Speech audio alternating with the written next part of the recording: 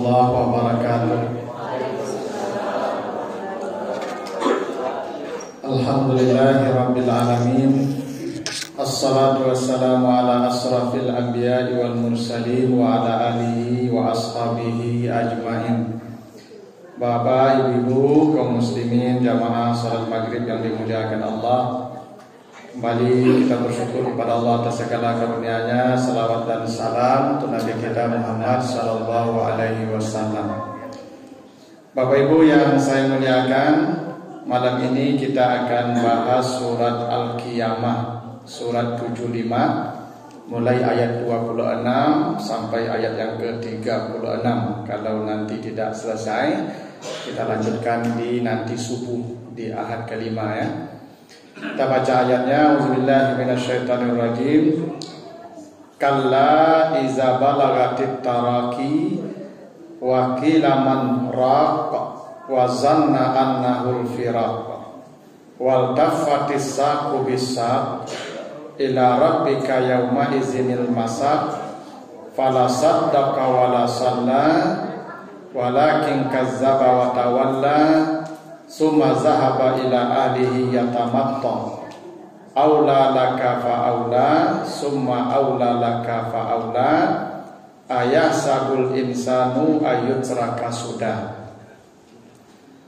Artinya, apabila nyawa telah mencapai kerongkongan, ketika itu dikatakan kepadanya, siapa yang dapat menyembuhkan engkau hari ini? Dan barulah dia yakin inilah saatnya berpisah dengan dunia. Dan bertautlah betis dengan betis, pada hari ini engkau akan digiring menuju Tuhanmu, dan engkau tidak membenarkan janji-janji Allah dan Rasulnya, dan kamu tidak mengerjakan salat, tapi kamu mendustakan janji Allah, bahkan berpaling dari kebenaran. Kamu hidup bersama keluargamu dengan menyombongkan diri. Celakalah engkau, maka celakalah engkau. Kemudian celakalah engkau, maka celakalah engkau. Apakah manusia mengira dibiarkan hidup tanpa ada pertanggungjawaban?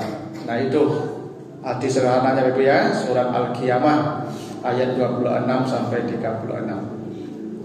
Jadi ayat ini Ibu menjelaskan tentang satu proses namanya sakratul maut, dan apa yang terjadi saat kita sakratul maut itu, dan apa amal yang bisa menyelamatkan kita pada masa yang sulit itu. Ini lengkap pembicaraannya di ayat ini. Kita mulai ayat 26 dulu. Kata Allah begini: apabila nyawa telah mencapai kerongkongan. Maksudnya nanti ya ada fase itu kita menghadapi proses ya tarikan ruh kita, sakratul maut, dan itu nyawa kita akan mencapai kerongkongan kita, dan di batas kerongkongan itulah pintu taubat akan ditutup oleh Allah.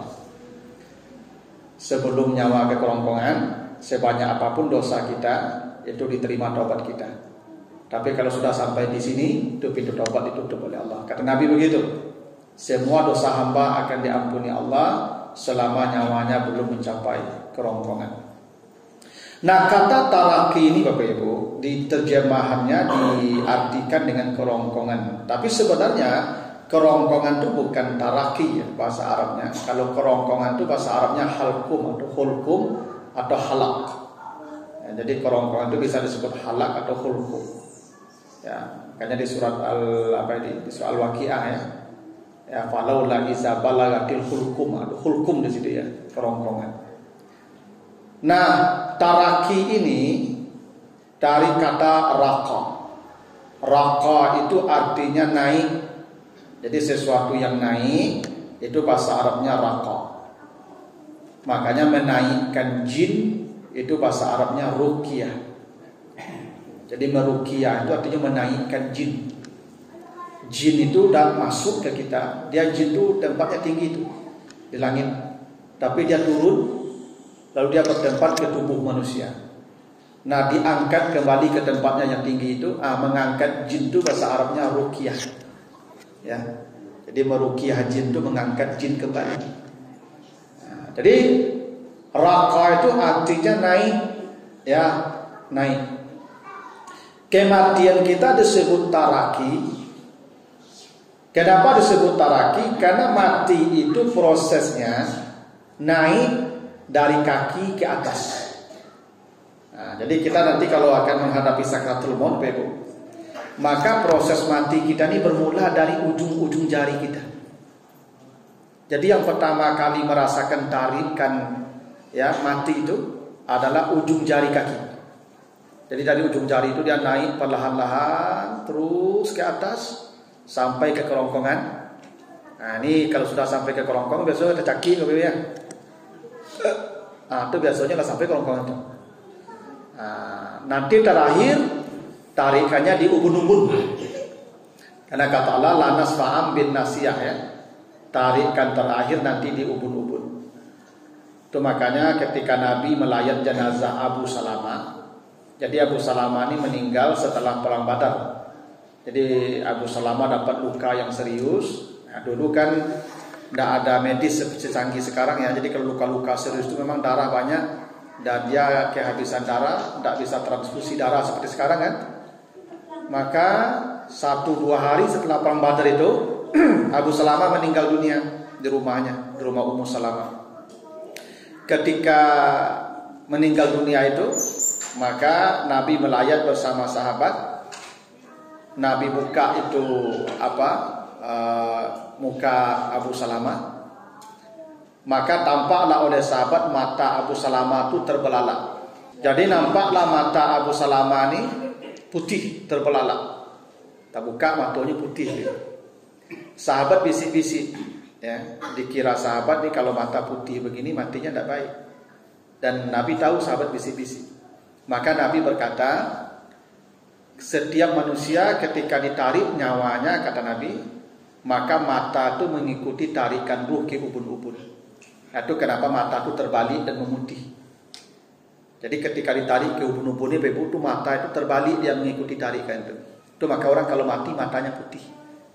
Bukan karena buruk matinya, karena memang begitu kita semua nanti itu. Tarikan terakhir itu di ubun-ubun. Nah, tapi kerongkongan tadi batas pintu taubat masih dibuka oleh Allah. Jadi mati itu dia berawal dari kaki itu. Makanya ada hadis ya dari Ibnu Abbas, itu diceritakan dalam kitab Taqaiqul Akhbar.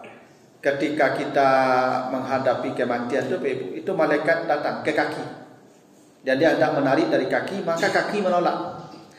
Kata kaki jangan ditarik dari sini. Kenapa? Karena kaki saya dulu ketika di dunia saya pakai berjalan ke rumah-rumah Allah untuk menghadiri majelis-majelis, untuk sholat berjamaah. Itu semua kebaikan-kebaikan disebut kaki dan tidak mau kaki menerima malaikat. Akhirnya malaikat mengadu kepada Tuhan, ya Tuhan, tidak bisa saya ngambil lewat kaki. Kata Tuhan, cari jalan lain. Datang ke tangan, tangan pun menolak. Kata tangan, ini dulu digunakan untuk membantu orang miskin, anak yatim. Semua kebaikan tangan pun disebutnya. Maka kata Allah terakhir kepada malaikat, itu disebutkan di surah Fussilat ayat 30, wa absyiru bil jannatil lati kuntum tu'adun. Tolong gambar surga dibawakan kepadanya. Maka diperlihatkan surganya. Ketika dia sedang asik memandang surganya itulah nyawanya ditarik perlahan-lahan dan dia tidak sadar, tidak tahu kalau dia sudah mati. Jadi ada orang nanti ketika mati itu tidak tahu dia kalau mati. Sama tidur itu kan mati tidak Bapak Ibu? Mati ya. Makanya Bapak Ibu kan doanya begitu tuh, bismika Allahumma ahya wa bismika. Bapak Ibu tahu tidak tidur? Tidak. Kapan tahu tidur? Setelah bangun. Lata jago tak kalau bola dia. Mati juga begitu Pak. Kita tidak tahu kalau kita mati Pak. Kita seperti jalan-jalan, kalau kita sudah dimatikan Allah. Nanti baca di Al-Baqarah 259. Uzair itu dimatikan 100 tahun. Ya dia duduk di batang bersandar di sebuah pohon. Lalu dia bertanya dalam hatinya, bagaimana cara Allah menghidupkan yang mati nanti? Maka dimatikan Allah. Fa'amatahullah mi'ata am, dimatikan 100 tahun. Setelah mati hancur tulang belulangnya, dihidupkan kembali. Setelah dibangunkan, ditanya, kam labista, berapa lama engkau di sini? Jawaban Uzair apa? Sehari atau setengah hari. Padahal dia sudah 100 tahun kata malaikat. Nah, ini buktinya kalau kita mati, kita tidak tahu kalau kita sudah mati. Kita seperti biasa aja jalan-jalan gitu. Jadi Bapak Ibu tidak usah takut. Tidak usah takut. Ya, memang mati itu jalan-jalan biasa aja, jalan-jalan saja. Ya, seperti kita tidur aja biasa. Ya, itu Bapak Ibu takut itu karena belum mencoba aja. Kalau sudah dicoba nanti tidak mengerikan. Ya. Tidak mengerikan mati itu. Dan Allah sebut begitu. Ya, ada orang yang beriman kata Allah, innal ladzina qalu rabbunallah, orang yang beriman kepada Allah, summastaqamu, lalu mereka istiqamah dalam kebaikan, tatanazzalu alaihimul malaika, para malaikat turun saat kematiannya itu. Untuk apa? Menghibur dia. Allah takhafu wa la tahzanu wa abshiru bil jannati allati kuntum tu'adun. Diperlihatkan surga kepadanya. Makanya kita nanti masuk surga Bapak Ibu, tidak bertanya ke malaikat kamar nomor berapa, lantai berapa. Ketika kita akan mati itu sudah diperlihatkan lengkap tempat tidurnya, pintunya, nomornya, halamannya, bidadarinya, semua lengkap. Jadi kita nanti kiamat selesai, kita tinggal langsung saja ke surga yang sudah dipertontonkan kepada kita. Itu begitu kata Allah surah Fussilat ayat 30 itu. Ya syaratnya Bapak Ibu beriman, satu sudah. Yang kedua istiqamah. Istiqamahnya berat nih.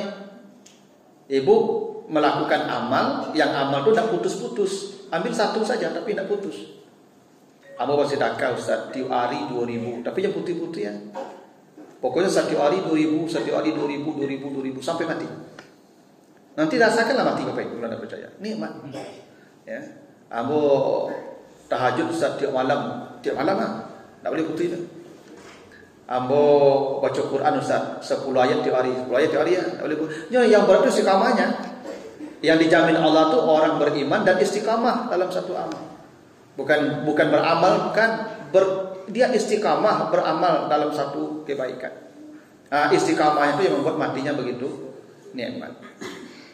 Jadi inti hadis tadi, malaikat maut itu datang ke kaki. Itu artinya kematian itu bermula dari kaki kita. Itu makanya Bapak Ibu, ya biasanya orang kalau sudah menghadapi sakaratul maut, ya tanda-tandanya itu kakinya dingin, ya dingin kaki itu lali, tidak ada detak jantung nadinya itu lagi. Nah, itulah tanda sakarat. Rasuklah kaki ibu loh, kalau layangi aduh kalau lah dingin kaki ibu itu telah mulai proses itu. Ya saya beberapa kali melepas orang yang mati itu ya sakaratul maut. Memang betul kakinya dingin, kaki itu tidak bergerak lagi, sudah kaku, sudah lali kaki kalau bahasa kita. Ya, itu tanda sakaratul maut.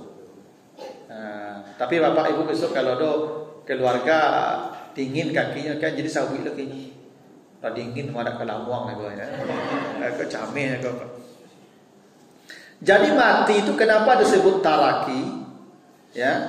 Kata Allah, iza balagatit taraki. Kenapa proses mati disebut taraki? Karena mati itu prosesnya naik dari kaki terus berangsur-angsur sampai ke pinggang, sampai ke dada, naik ke kerongkongan. Nah, ke kerongkong ini pintu tobat ditutup. Makanya Fir'aun menjelang mati dia bertobat, dia beriman. Ya, nanti baca di surat Yunus ayat 90 itu. Fir'aun itu beriman tuh, Ibu. Menjelang dia mati dia beriman. Ya, amantu annahu la ilaha illa allazi amanat bihi banu Israil. Dia beriman tuh. Ya. Cuman imannya, taubatnya Fir'aun ditutup, tidak diterima oleh Allah. Kenapa? Nyawanya sudah ke kerongkongan. Maka tidak terima lagi taubatnya. Andai dia bertobat sebelum masuk ke laut tadi, terima. Tapi dia sudah ditenggelamkan, nyawanya sudah sampai ke kerongkongan, dia mau bertobat, maka ditolak taubatnya. Nah, itu maksud taraki dia. Jadi proses mati itu perlahan-lahan dari kaki naik ke atas. Begitu nanti itu. Dan kita tahu kalau kita akan mati itu. Karena proses itu kita rasakan sendiri. Ya, dari kaki itu nanti terasa itu tarikannya perlahan-lahan itu. Ya. Lalu ketika sakaratul maut itu mulai berlangsung, cabutan pertama itu, ketika dicabut pertama itu, wakila man raqa, itu malaikat bertanya kepada orang yang dicabut itu. Dia sudah dicabut nih, udah mulai proses pencabutan. Apa kata malaikat? ada enggak dokter yang bisa menyembuhkan kau hari ini? Nah, ini pertanyaan malaikat nih Pak. Kita ini semua akan ditanya begitu oleh malaikat. Ada enggak dokter yang bisa menyembuhkan kau hari ini? Artinya enggak ada lagi. Ya, kalau sudah mulai sakratul maut itu berlangsung, dokter tidak ada manfaatnya, obat tidak ada gunanya, medis tidak akan ada lagi gunanya, tutup, selesai. Maka ketika sakratul maut itu dokter tidak bisa lagi berbuat apa-apa. Makanya saya sering mengatakan ke jamaah saya, Bapak Ibu, andai nanti Bapak Ibu dibawa ke ICU misalnya, tolong jangan biarkan dia mati sendiri. Ya. Tolong ditemani dia di ruangan ICU sampai nafas terakhirnya hilang. Bagaimana caranya? Tuntunan Nabi jelas. Pertama, ketika orang menghadapi sakratul maut, kata Nabi, lakinu mautakum la ilaha illallah. Tuntun lidahnya mengucapkan la ilaha illallah. Karena dokter tidak akan ada gunanya lagi. Dibentuk pun tim dokter yang paling hebat, tidak akan bisa menyelesaikan itu. Selesai, dia sudah mau mati. Makanya kalau dibawa ke ICU itu, dokter berkata, Pak, kita bawa ke ICU ya. Dan Bapak, Ibu, perbanyaklah berdoa. Tidak begitu kata dokter? Iya Pak. Karena dalam ilmu medis itu, kalau kesadaran orang sudah di bawah sekian, itu tanda dia pasti mati. Dokter tahu itu orang itu akan mati itu. Cuma SOP-nya begitu, dibawa ke ICU. Saya pernah ke ICU itu, Ibu. Ada kawan bapaknya sakratul maut. Saya minta ke dokter di rumah sakit itu, dokter, bisa tidak saya menemani ke dalam? Kata dokter, boleh, sebelum keluaran itu boleh. Maka saya masuk ke dalam, saya tuntun dengan baca la ilaha illallah, saya bacakan Quran. Dan tidak ada apa-apa dilakukan dokter di ruang ICU itu, kecuali pasang alat-alat, pasang ini, pasang ini, pasang ini. Lalu dokter nengok-nengok dari jauh saja, Pak, sampai dia mati. Tidak ada pertolongan. Kenapa? Karena dokter tahu ini udah pasti mati. Tidak tolong juga. Kan Allah sudah bertanya tadi, ada tidak dokter yang bisa menyembuhkan hari ini? Tidak bakal ada. Maka orang yang sakratul maut itu, yang perlu diselamatkan dari dua-dua. Keimanan dia yang perlu diselamatkan.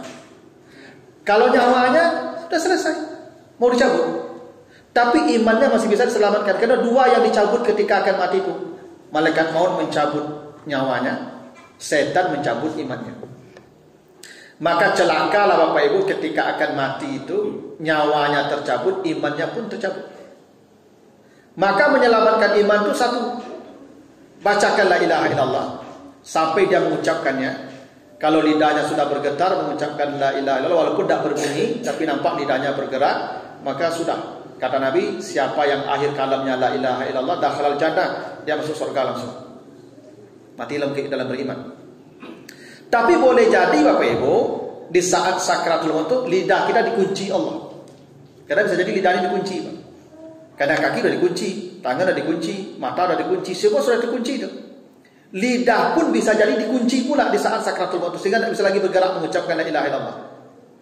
Tapi ada satu yang tidak pada dikunci Allah, sampai nyawa kita ke ubun-ubun kita. Apa tidak pada dikunci Allah? Telinga. Telinga tidak pernah dikunci oleh Allah. Bahkan orang pakak itu, Ibu, ketika sakarat itu dibuka telinga itu.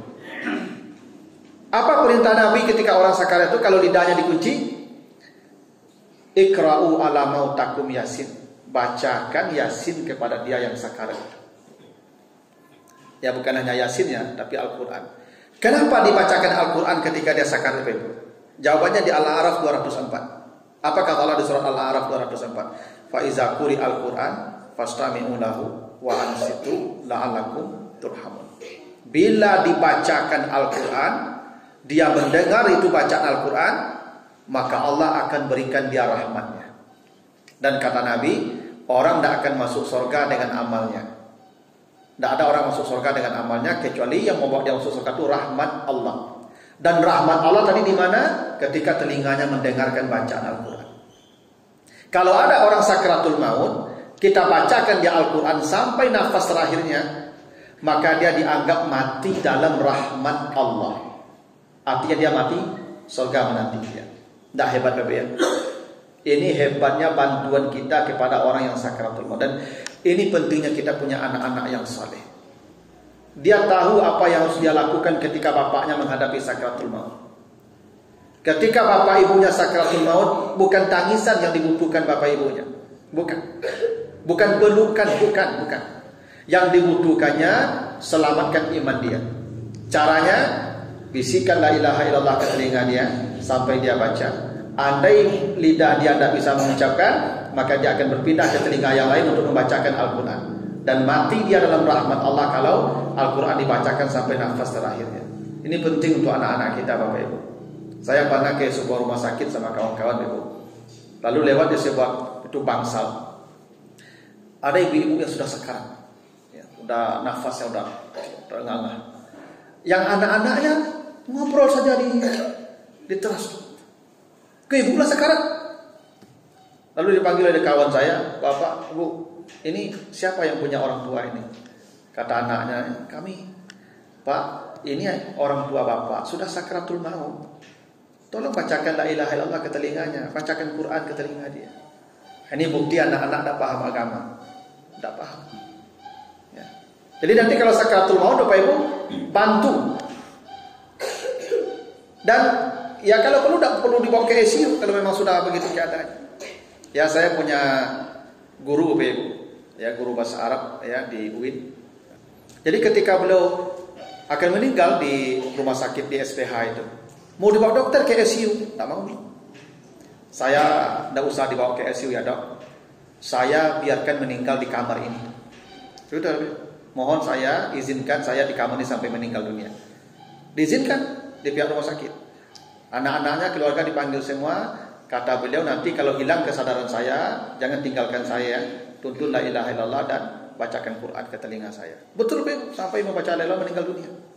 Masalah indahnya meninggal begitu Bapak ya. Karena ketika proses sakarat itu terjadi, malaikat sudah bertanya, wakila man raqa. Ada tak dokter hari ini yang bisa menyembuhkan? Tidak bakal ada. Ya Bapak Ibu, ada kata Nabi, ada 2 penyakit yang tidak ada obat. Semua penyakit ada obat. Tidak ada penyakit kecuali ada obatnya. Yang tak ada obat 2 saja kata Nabi. 1 al-haram, 2 al-maut, mati. Hanya 2 yang tak ada obat penyakit. 1, 2. Tua ini tak ada obatnya Bapak. Dia cari duit tua tak ada. Duit tua tak ada. Ibu tiap hari perawatan kulit ke dokter kulit, karipui tak ada cerita tak ada. Karena tua kau tak usah duit lah Pak. Tak usah duit. Tua kau penyakit. Makanya orang makin tua makin, mohon maaf, makin buruk bantu. Aku tak pernah mencari orang makin tua makin rancak. Makin tua kok makin buruk, makin makarinyui, makin karipui. Ya gitulah. Karena tua itu penyakit. Ya tak? Ibu-ibu dulu pernah masa cantik, pernah. Tapi sekarang udah habis. Ya. Sebentar lagi ibu-ibu takut mencari wajah ibu suram. Ya tak? Ya. Jangan kan orang lain, awak sendiri pun lah malih mencari wajah awak kan. Kenapa? Memang begitu janji Allah. Wa man nu'amirhu nunakisu fil khalqi. Kalau umurmu dipanjangkan, maka kamu akan dikembalikan ke bentuk yang buruk. Kita tidak akan menyenangkan makin tua, makin tidak menyenangkan. Itu penyakit, karena tua itu penyakit dan tidak ada obatnya. Tidak ada obatnya. Yang kedua mati. Mati itu sakit, itu penyakit. Bapak Ibu kan pada sakit kan? Lalu mati kan? Ada lu puncak sakit. Kalau puncak sakit itulah yang mati, itu puncak sakit. Dan itu tidak ada obatnya. Maka Bapak Ibu pada masa sakratul maut itu yang perlu kita bantu itu adalah selamatkan iman orang ini. Nah, makanya Bapak Ibu nanti kalau ada yang sakarat jangan ditinggalkan. Meninggalkan orang sakarat tidak boleh. Orang sakratul maut itu tidak boleh dibiarkan sendiri. Nabi saja waktu menghadapi sakratul maut itu Aisyah itu memeluk beliau. Nabi itu berteriak waktu sakratul maut, "Inna lil mauti la sakarat," kata Nabi. Sungguh berat ini mabuk mati. Berat mabuk mati itu. Nabi pun merasa berat. Maka Aisyah mendampingi Nabi sampai nafas terakhir beliau itu. Hingga Aisyah sampai mensiwakkan beliau menjelang mati itu. Karena ya salah satu sunnahnya orang ketika menghadapi sakratul maut itu disiwakkan dia. Karena siwak itu mempermudah proses mati juga. Jadi ada bantuan-bantuan kita waktu menghadapi sakarat dia. Jangan diisolasi sendiri mati dia. Sesat matinya nanti itu. Karena setan akan mencabut imannya. Nah, itu kenapa Bapak Ibu, ya, itu malaikat bertanya ketika sakratul maut itu, ya, wakila man rab. Ya, ada enggak obat atau dokter yang bisa menghentikan proses mati ini? Dan tidak bakal ada. Selesai. Ya. Lalu wazanna annahul firaq. Saat malaikat maut sudah mulai mencabut nyawanya, barulah dia yakin inilah waktu berpisah dengan dunia. Bapak Ibu yakin tidak mati? Tapi seperti tidak yakin itu. Kenapa? Karena ibadahnya biasa-biasa aja. Gini, kalau Bapak Ibu dikasih tahu kalau matinya minggu depan, apa yang Bapak lakukan? Nah, saya yakin tidak akan keluar masjid lagi. Sampai hari Jumat besok itu Bapak Ibu akan duduk di masjid berzikir, iktikaf, ya enggak? Kenapa? Karena sudah yakin. Sekarang belum yakin sebenarnya. Iya. Karena ibadahnya masih santai saja. Kalau yang yakin itu ibadahnya pasti tidak akan santai. Gini. Karena memang begini Ibu, keyakinan tentang mati itu berbanding lurus dengan kualitas ibadah. Itu kenapa siapa yang khusyuk salat di Al-Baqarah 4546. Wasta'inu bis-sabri was-salah wa innaha lakabiratun illa 'alal khashiin. Salat itu berat kecuali dia menjadi ringan kalau orang itu khusyuk. Ya. Siapa yang bisa khusyuk salat kata Allah? Allazina yazunnuna annahum mulaqu rabbihim wa annahum ilaihi raji'un. Mereka adalah orang-orang yang meyakini setelah salatnya langsung kembali menghadap Tuhannya. Orang itu bisa khusyuk salat kata Allah kalau setiap salat dia meyakini salat terakhir. Artinya begitu assalamualaikum dia mati. Kalau dia masih yakin nanti isya salat, subuh salat, nanti seminggu lagi masih salat, salatnya tidak akan pernah khusyuk. Kapan orang khusyuk salatnya kata Allah? Kalau dia yakin setelah salat itu mati. Apa maknanya itu? Semakin kita merasa dekat dengan mati kita, ibadah kita semakin bermutu. Ya sama juga Bapak Ibu, kalau tidak usahlah dikasih tahu malah Bapak Ibu kapan matinya. Ibu kalau nampak malaikat maut di balik pagar cikuk-cikuk ke rumah, Abah yakin ibu ambil sajadah langsung. Nah, ambil tasbih langsung. Belum dikasih tahu matinya, cuma malaikat maut nampak ikut-ikut cikuk-cikuknya. Itu artinya semakin yakin kita dengan mati kita, semakin bagus ibadah kita.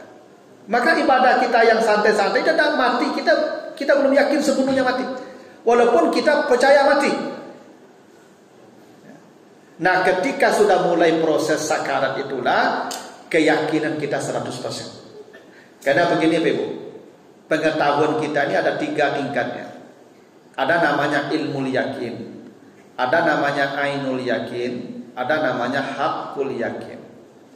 Saya yakin Ka'bah itu ada, walaupun saya belum pernah melihat Ka'bah, tapi saya tidak akan pernah bisa diubah keyakinan tentang Ka'bah. Pasti ada. Kalau ya begitu keadaannya, maka saya ilmu yakin namanya.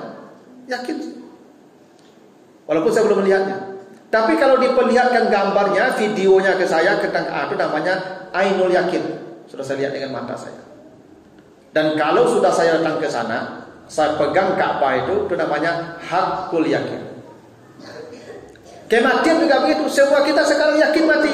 Namanya ilmu yakin. Nanti ada masanya malaikat maut datang menemui ibu. Datang dia dan nampak malaikat maut datang. Itu namanya ainul yakin. Ayo. Lah nyelo di malaikat itu, lah mulai tarikan pertama itu baru hakul yakin. Ini hakul yakin. Wa zanna annahul firaq.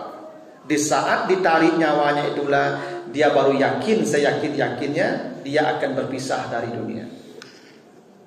Jadi Bapak Ibu, memang keyakinan kita tuh baru pas tentang mati ini kalau sudah dirasakan mati itu sendiri. Kalau dalam rasul cabutnya, ayo yakin mati itu. Ya nah. Jadi memang begitulah Ibu ya. Orang kalau merasa matinya dekat, ibadahnya akan berkualitas. Makanya kan Nabi ya mengingatkan kita begitu ya. Bila kau berada di pagi hari, ya wala tantaziri al-masa, jangan kau tunggu beribadahnya di malam hari. Karena belum tentu sore hari kau melihat matahari terbenam. Bila kau berada di sore hari, fala tantaziri sabah, jangan tunggu berbuat baik di pagi hari. Belum tentu engkau bangun menjelang fajar terbit. Makanya kita ini hidup Bapak Ibu paling lama 12 jam. Jangan pernah Bapak Ibu merasa hidup kita lebih dari 12 jam. Kalau malam ini kita hidup, jangan yakin subuh akan bangun. Karena Bapak Ibu udah mati kan. Ya, dan banyak orang yang tidak sempat beribadah berikutnya. Ya, saya punya kawan Bapak Ibu sedang jadi imam salat Isya. Ya, 2 rakaat pertama itu setelah tahiyat awal itu dia tidak berdiri lagi itu. Dia duduk lama duduknya, akhirnya dia tersungkur saja di tempat sujudnya, digantikan dan meninggal di tempat ya salatnya itu. Tidak selesai malah salatnya Bapak Ibu. Tidak ada yang bisa memastikan kita akan hidup nanti pagi Ibu. Makanya keyakinan tentang mati ini menjadi penting agar ibadah kita menjadi maksimal. Nah, tapi kematian itu baru kita yakini 100% ketika tarikan pertama sudah berlangsung. Nanti Bapak Ibu akan rasakan seperti apa tarikan pertama itu ya.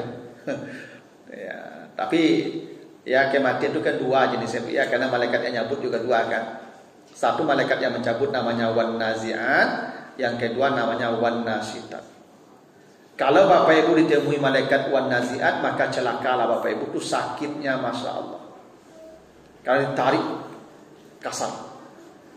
Makanya dalam kitab Daqaiqul Akhbar itu Nabi Isa itu pernah lewat di sebuah kuburan.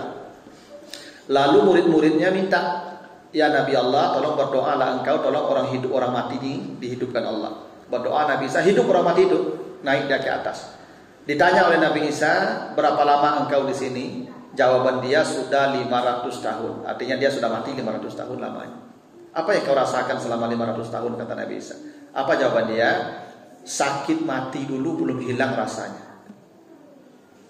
Itu petanda mati itu sakit. Sudah 500 tahun rasanya belum hilang. Itu makanya dalam beberapa riwayat disebutkan ketika kita hendak memandikan jenazah, mengangkat dia ke tempat pemandian, dia berteriak itu, jangan kasar terhadap jasad saya, karena dia masih merasakan sakitnya mati. Ketika dibuka bajunya, dia berteriak pula, jangan keras membukanya. Makanya membuka baju mayat itu tidak dibuka seperti orang hidup, digunting saja.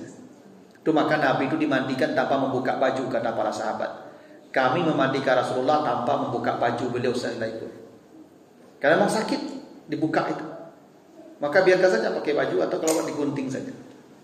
Ketika disiram dengan air, dia berteriak lagi, jangan keraskan siramnya karena dia masih sakit matinya belum hilang. Itu makanya kalau menyiram mayit itu Ibu dialih.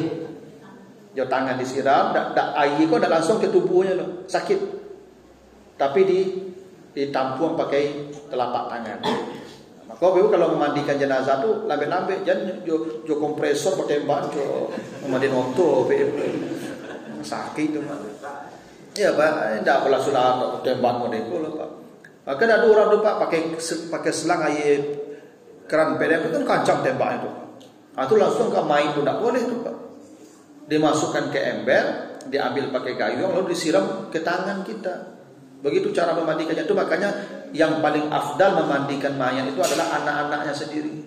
Semua anak-anaknya berkumpul, laki perempuan kumpul semua dan mandikan sama-sama. Karena ibu saya tidak ada masalah saya memandikannya, tidak ada masalah ibu saya. Apa salahnya saya memandikan ibu saya? Bahkan seorang istri, seorang suami boleh memandikan pasangannya. Nabi pernah berkata ke Aisyah, andai engkau mati lebih dulu dari saya, kata Nabi, saya akan memandikan engkau. Tapi Nabi meninggal lebih dulu dari Aisyah. Dan Ali bin Abi Thalib ketika Fatimah meninggal, Ali memandikan dia sama anak-anaknya. Dia boleh istri memandikan suami memandikan istri. Ustaz tidak batal wudu, tidak ada urusan wudu. Jenazah itu tidak perlu diwudukan, yang wajib mandi. Yang wajib mandi, wudu tidak perlu. Karena begitu dimandikan dia sudah selesai suci dia. Ya, istri tidak ada masalah, mau pegang suami itu yang sudah dimandikan apa salahnya? Ya kalaupun batal wudunya apa masalahnya? Kan dia tidak kesemayang kan wajib. Ya, kan? Mau sembahyang main itu? Tidak ada masalah. Maka yang paling afdal memandikan itu adalah anak-anaknya, karena anak-anaknya memandikan dengan kasih sayang tadi itu. Ya, dengan kelemah lembutan. Biasanya kalau kita memandikan ibu bapak kita tuh biasanya ya tuh dengan teringat tuh masa-masa kita kecil dulu. Ya, pas menggosok tangannya, jari-jarinya kita bersihkan. Ingat tuh. Ya, membersihkan kotoran dia. Ingat waktu kita masa kanak-kanak dulu dibersihkannya semua. Itu membekas di hati kita tuh. Itu makanya nanti pesankan ke anak-anak kita tuh. Nanti kalau saya yang meninggal, kalian yang memandikan sama-sama. Begitu, Bib. Ya, supaya tampak rahmatnya ketika jasadnya dimandikan itu. Karena sakit, mati itu sakit, betul sakit. Apalagi kalau matinya dalam proses yang mengerikan. Ada mati yang mengerikan, ada. Nanti Bapak Ibu baca di surat Al-Anfal 50 kan. Walau tara iz yatawaffal ladzina kafaru al malaikatu yadribuna wujuhahum wa adbarahum. Orang-orang kafir kalau mati, kata Allah, orang-orang yang engkar, durhaka, kafir kalau mati, itu para malaikat menampar-nampar wajahnya. Jadi kalau mati orang itu, kata Allah malaikat menampar-namparnya. Sakit itu, ditampar malaikat itu. Ya, jadi kira ringan tamparan malaikat itu, keras. Nah, tapi kalau yang nasihat yang datang, bahagialah kita. Kenapa? Kita pun tidak merasa kalau kita mati. Itu yang disebut, ya apa tadi di surah Al-Fussilat tadi, ayat 30 tadi. Orang yang ketika mati diperlihatkan surga kepadanya. Jadi mati itu sebenarnya tergantung persiapan Bapak Ibu saja. Karena malaikat yang datang mencabut nyawa kita itu namanya delivery, orderan. Bapak Ibu tinggal pesan siapa, dia akan datang sesuai pesanan. Pesan yang kasar datang. Pesan yang lembut datang. Percayalah Bapak Ibu nanti itu. Ya, tergantung pesanan yang mana nih. Makanya istri Fir'aun dapat malaikat yang lembut kan. Istri Fir'aun itu Ibu, ya, tidak merasa dia mati itu. Padahal dia mati disiksa itu, sampai dihimpit dengan batu besar. Sampai mati. Tapi dia tidak merasa sakit. Kenapa? Menjelang mati itu datang malaikat memperlihatkan surganya. Dan itu disebutkan Allah di surat At-Tahrim ayat yang ke-11. Kenapa bisa istri Fir'aun itu menikmati mati? Karena amalnya hebat. Apa amal istri Fir'aun itu? Dia bisa bertahan punya suami Fir'aun, tidak minta cerai. Jadi Fir'aun itu ya kan kasar, lapaknya, disipaknya, dipijaknya setiap hari itu. Tapi istri Fir'aun itu tidak pernah melawan. Tak pernah melawan, tak pernah menuntut cerai, ya, tak pernah update status. Sebagai ibu kalau bercakap je suami kena update status, kejam, tak kusangka. Sehingga tahu orang sehari-hari kalau saya bercakap je suaminya. Istri Fir'aun itu tak pernah update status ibu. Memang ketika itu WA tak ada loh. Ya cuman dia sabar saja. Ya ketika dikasari suaminya, disiksa suaminya, dia hanya berdoa saja. Apa doanya? Rabbi binini indaka baitan fil jannah. Ya Allah, bangunkanlah saya istana di surga ya Allah. Itu doa untuk supaya mati mudah. Begitu Bapak Ibu akan mati, diperlihatkan itu yang diminta. Ini surga yang kau minta ini. Jadi ibu kalau ingin matinya mudah ya begitu. Asalkan seringnya dia apa? Baca doa tu capek. Rabbi binina indaka baitan fil jannah. Ya Allah, bangunkanlah saya istana di surga ya Allah. Besoknya seringnya cara dapat baca doa dia. Ya Allah, bangunkan istana di surga ya Allah. Itu. At-Tahrim Sabale. Buat rajin-rajin lah baca doa. Ya. Pokoknya sekarang merah dapat baca doa. Maka ibu-ibu dan penjawit itu mati payah. Iya. Yang mana nak ibu loka, ibu-ibu yang penjawit itu nanti mati payah. Tak percaya semua lah. Rajin-rajin orang penjawit. Tak payah mati besok. Cai ibu antuk saya. Ibu antuk. Baca doa tadi. Tapi antuk tu bisa jadi melawan ibu. Kalau tanya Pak bantuk saya bu, dan mali yang menjawit itu kepayah mati dia ikut. Itu melawan nama. Dia nak menjawab, dia nak menjawab itu melawan tentunya, ya kan? Sama aja tu payah mati sudah. Jadi mati itu bisa mudah, bisa payah, tergantung pesanan saja, gitu. Itu ibu belajar itu dari istri Fir'aun itu, yang matinya begitu nikmat. Padahal dia menderita sekali, proses matinya secara fisik menderita, tapi yang dia rasakan kenikmatan. Nah, kenapa? Karena dia punya amal hebat. Amal ibu yang paling hebat itu adalah bersabar dengan suami ibu. Itulah amal ibu yang paling hebat. Apalagi ibu-ibu kalau apa-apa dah mulai tua-tua, pokoknya kadang banyak yang menjengkelkan awak perangainya kadang-kadang. Tapi ibu bisa bertahan, ibu sabar. Ibu patuh, ibu tak melawan-lawan tak. Tak kelamu itu tu mati ibu tanam, saya. Ya. Tapi apa-apa jangan jadi lo ceramah kau menjawab, kau mati payah kau. Asal menjawab ibu kena ancam tadi kan, agak payah itu, gitu ya. Ya, memang begitulah. Ya tergantung amal kita.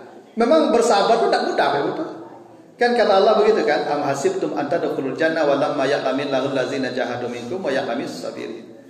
Jangan kamu mengira dibiarkan Allah masuk surga kecuali Allah tahu siapa yang sabar di antara kamu. Itu kesabaran itu yang menjadi mati menjadi nikmat. Makanya istri Firaun mencontohkan mati yang nikmat itu diperoleh. Karena dia minta surga waktu dia hidup, ketika dia disakiti dia minta surga. Ya Allah, bangunkan saya istana di surga. Jadi itu rahasia mati muda ibu ya. Tapi istiqamah ibu kan janjinya istiqamah. Ibu mulai hari gua, ibu istiqamah nak menjawi-jawi. Pokoknya ibu istiqamah nak kamu jawi-jawi amore. Tapi kok sempat abi itu sabar den mah ada dah itu. Hilang itu dah. Ini tak boleh habis sabar ibu. Ya. Ini harus istiqamah. Kan bisa jadi ibu gini. Tahajud itu amal aktif namanya. Baca Quran itu amal aktif namanya. Sedekah itu amal aktif namanya. Tapi ada amal juga tapi pasif. Dia amal juga tapi amalnya pasif, tak tampak. Apa itu? Menahan diri. Menahan diri itu amal itu. Sabar itu amal itu. Dan itu pahalanya besar. Dan itu jalan mati mudah juga. Ada orang mati mudah kena rajin baca Quran istiqamah. Ada orang mati mudah kena tahajud istiqamah. Tapi ada orang mati mudah nikmat matinya karena istiqamah menahan diri. Istiqamah juga. Karena sahabat itu amalnya lebih banyak lagi daripada nilai pada tahajud. Innama yuwaffas sabiruna ajrahum bighairi hisab. Begitu kata Allah ya di surat Az-Zumar 10 ya. Justru sabar itu adalah amal yang tanpa hisab pahalanya. Gitu. Nah, jadi ya ini proses mati yang akan kita lewati ya. Ketika dicabut pertama itulah baru kita yakin seyakin-yakinnya kalau kita akan berpisah dengan dunia ini. Nah begitulah dulu Bapak Ibu ya. Mudah-mudahan ada manfaatnya. Lebih kurang mohon maaf. Subhanakallahumma wa bihamdika asyhadu an la ilaha illa anta astaghfiruka wa atubu ilaika. Wassalamualaikum warahmatullahi wabarakatuh.